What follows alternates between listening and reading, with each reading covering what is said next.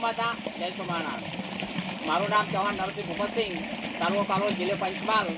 ખેડૂત મિત્રો, તમે જોઈ શકો છો આ દેશી મકાઈ છે. દેશી મકાઈની અંદર આપણે જીવામૃત આપવાની પદ્ધતિ તમે જાણી શકો છો.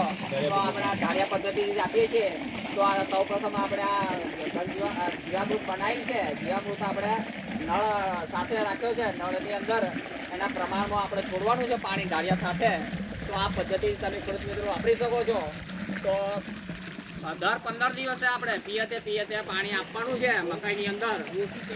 તો તમે સારામાં સારી મબલક પાક મળશે અને પાકની અંદર પણ જીવાત પણ ઓછા પ્રમાણમાં આવશે. તેમ એ પ્રમાણે તમે વાપરી શકો છો ખેડૂત મિત્રો. તો આ પદ્ધતિ વાપરો એ જ આજના દિને પ્રાર્થના. જય ગૌ માતા, જય શ્રી રામ.